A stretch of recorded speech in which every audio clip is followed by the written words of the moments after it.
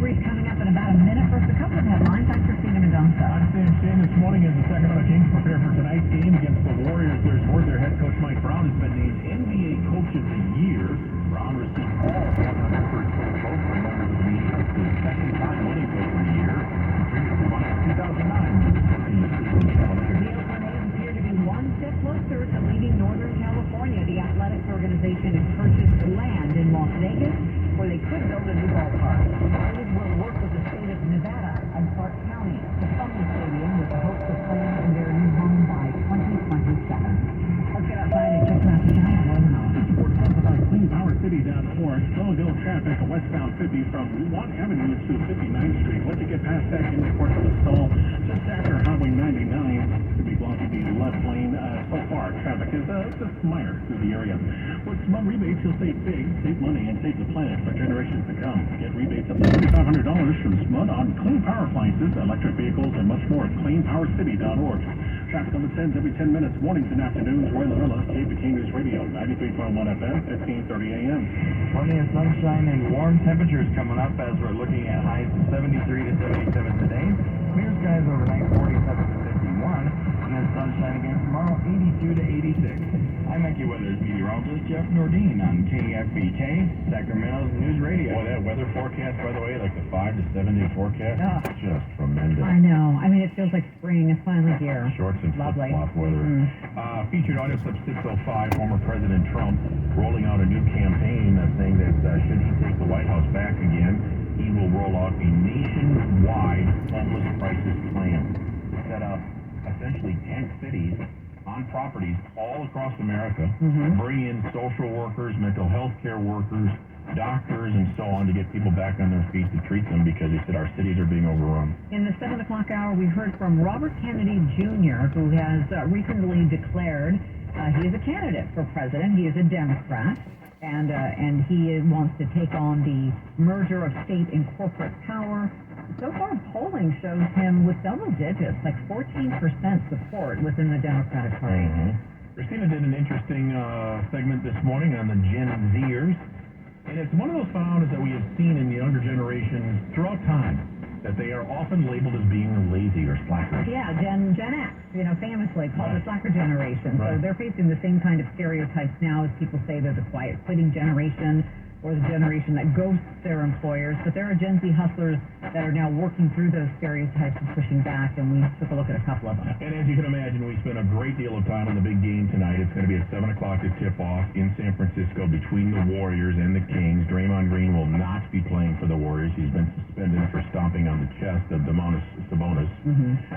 But we heard all kinds of sound on the game tonight, from head coach Steve Kerr with the Warriors to Steph Curry, what they expect. Bill Horrenda joined us. He's an sports anchor with iHeartMedia. Yeah, we have some fresh sound and fresh conversation coming up in our podcast, which we're getting ready to record in a couple of minutes. You can find it on the iHeartRadio app. Just do a search for KFBK Straight Talk. It'll pull right up. And if you missed our segment on the beam, we are going to relive it on our podcast. It really is worth it because hopefully tonight, fingers crossed, they might be lighting that thing again. They might be. So be careful if you're heading down I-80. Leave your cowbell at home. Yes. You won't be allowed to have it at the Chase Center. But we thank you for joining us this morning. I'm Christina Mendonça. Have a great day. Breaking news, second to 7 on KFBK News Radio, Sacramento's news, traffic, and weather station. Hey, it's Matt Walsh. If you're ready for a new kitchen or bath cabinet design or a facelift for your existing cabinet, call the company I trust in my home, American River Flooring. Visit their beautiful showroom, 8510 Madison Avenue in Fair Oaks, or go to AmericanRiverFlooring.com and please tell them Patrick sent you. This Money Minute brought to you by SchoolsFirst Federal Credit. Creating smart and healthy financial habits doesn't have to wait until you're an adult. In fact, teaching kids the importance of savings as early as possible will put them on a path to a brighter financial future. Hi, Hi, I'm Tamara Beaver, Fruitridge Branch Manager. Schools First is here to help our young savers get started by inviting them on a savings safari. From now through May 31st, when adult members visit a branch and open a new youth membership for their child, they will receive a free safari animal insulated lunch bag and be entered for a chance to win a $500 College Saver Share certificate. These certificates are unique because savers earn a higher rate of return and can deposit as much as they want as often as they want. It's a great low-risk investment for college savings, and one lucky youth member will win one worth $500. For more information on the Savings Safari promotion, stop by a branch or visit our website at schoolsfirst.fcu.org/join/savings-safari. This has been your School's First SCU Money Minute. Updated news that matters to you at the top and bottom of every hour on KFBK, Sacramento's News Radio.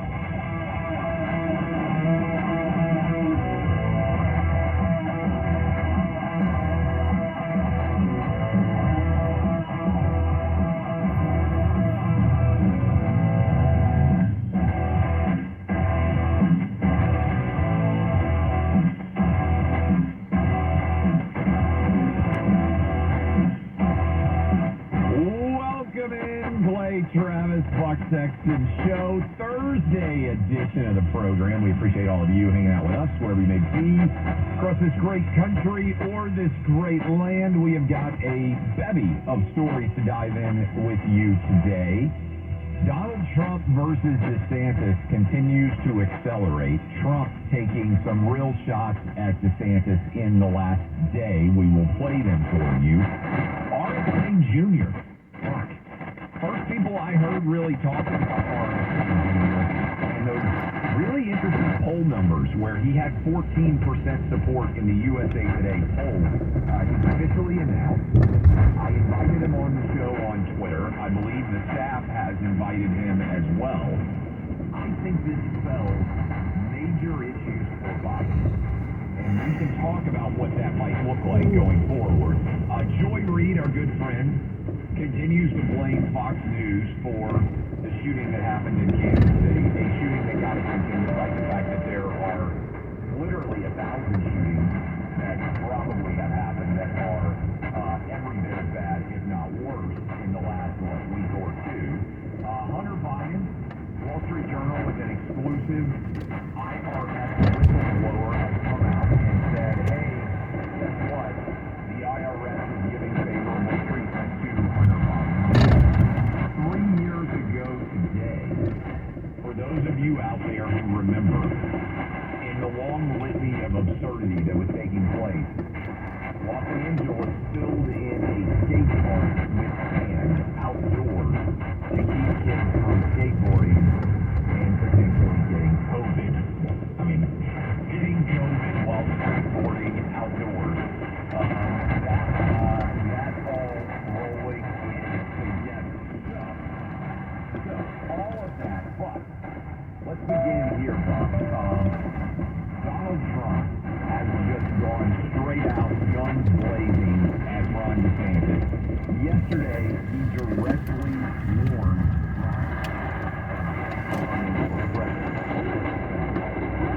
this is a young man who is not doing well against me in the polls, put it mildly. I believe that if he decides to run for president, which will only somewhat divide the Republican Party, which we don't need, he will lose the cherished and massive MAGA vote and never be able to successfully run for office again. I believe that. If he remains governor, which is what Florida voters assumed he would do, it would be a whole different story. Just saying. But who knows? Okay, so basically,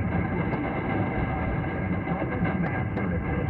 That is his Truth Social post that he made, that he now has read and put out the video of, which is like, I love this book. It's like a remix edition of a popular song. Trump was like, hey, this truth that I put out did really well. Let me record a video version of it and pop it out so it can be even more widely disseminated. So we talked about this Truth Social before. First question for you, Bob. Let's presume loses to Trump.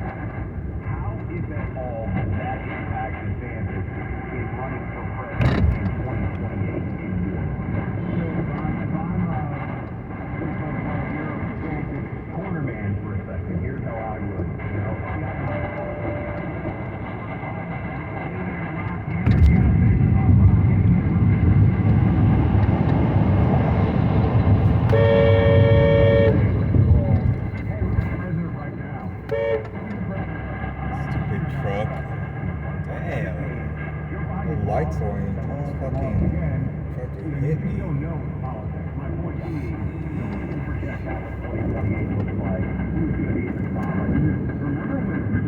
guy for the GOP? Remember when John Walker was the guy for the GOP? Like, you go down the list, I mean, Giuliani was the guy.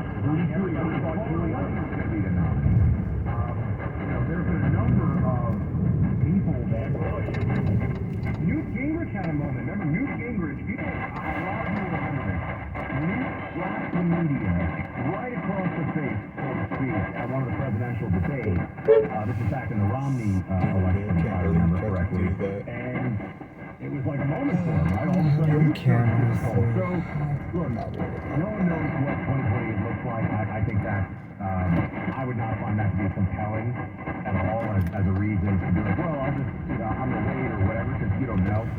I would also say, why is DeSantis the only one? Why isn't Trump saying, Nikki Haley, get out of the race or else you'll lose the Maga? Well, we all know why. Because the only person who has any chance based on any numbers of things would be DeSantis of Florida. So, on the one hand, it's pretty straightforward. It's, nice kids that what if the future got there, Ron, saying something happened to it. That's what Trump's saying. On the other hand, it's a little bit Trump does protest too much.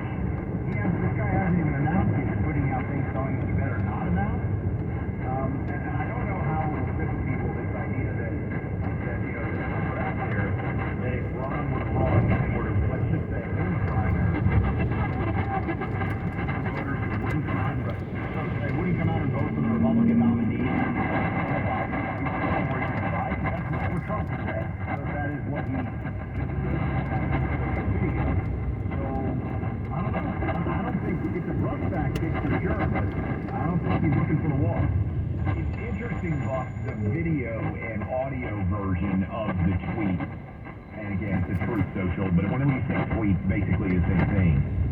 It sounds different to me on video than it did when I read it myself. Does that make sense? Because when I read this myself, I came on the radio and I said, it sounded to me like Trump was hinting that he might be interested in DeSantis as his VP.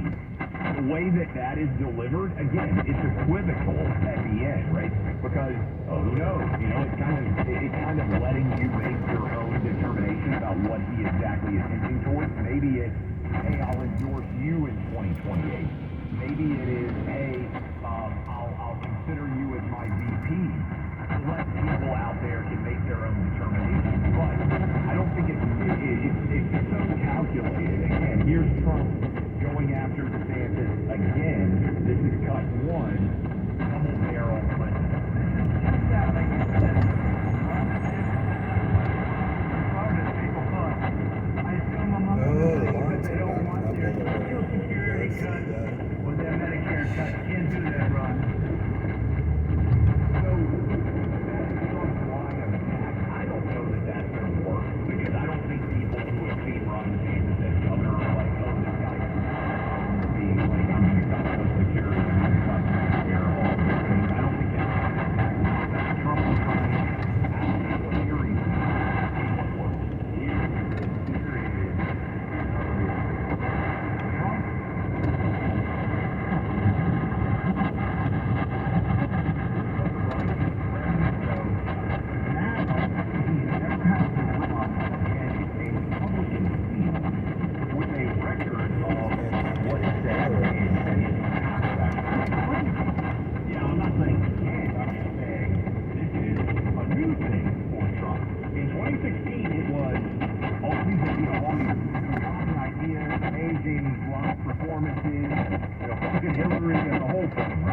Was the most amazing political show we've ever seen. In a primary now, Trump has to explain decisions that he made as president.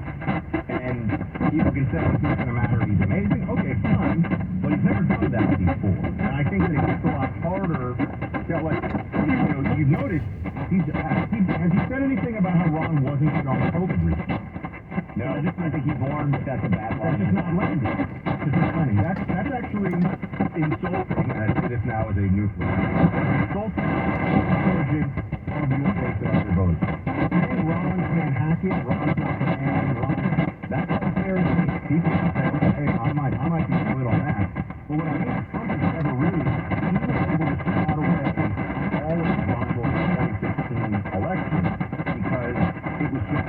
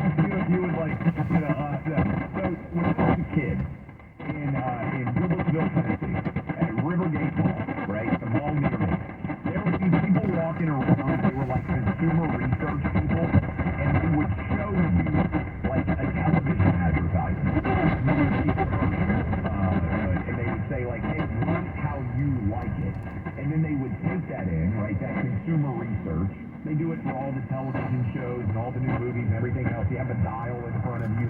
And then they would give that. They say, hey, they really liked this version of the movie ad. They really liked the way that you were trying to sell a car here. Trump does that with all of his rallies and all of the tweets and truths that he puts out. He is incredibly good at taking back that feedback and flipping his campaign to adjust to what people are saying they want.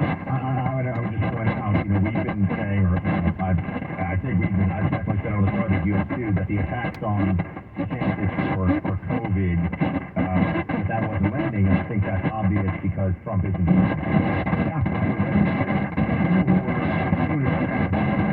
Were angry at an observation. I think it was an observation of what the reality of how the base was reacting to it. When Trump, and I think he's going more in this direction now, he leaves open. You notice, with Trump, it's always, it's always carrots and sticks, right?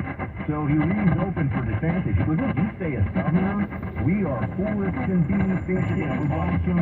You've got nothing but clear skies in 2028. And so when Trump starts to talk like that and say, look, I'm the guy that has to be against the Biden machine, I'm the only one that can fight against this, swamp and all the other stuff that we know, I'm the de facto leader of the Republican Party, I think Ron is great. He will be a candidate down the line, but today is not his day. I think reasonable people can hear that within this, GSP. Maybe someone finds it very compelling. Maybe he thinks that, Ron DeSantis is like getting, drunk with high school girls and that's not. He stopped doing it. Well, it's unfair. Excuse me, Trump realizes this. To your point about dialogue. Here's a question I would ask for you and everybody else out there. 800-282-2883. Trump needs DeSantis in the race to be the best version of himself. I want everybody to think about that because knocking out tomato cans, you would take the boxing metaphor. Really good. The best thing I can say about a competitive primary, 2016 is an incredible race. You go up against so many really talented politicians and emerging. If you go work out one day,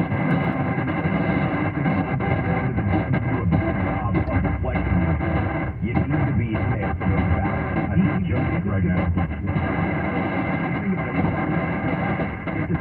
Okay.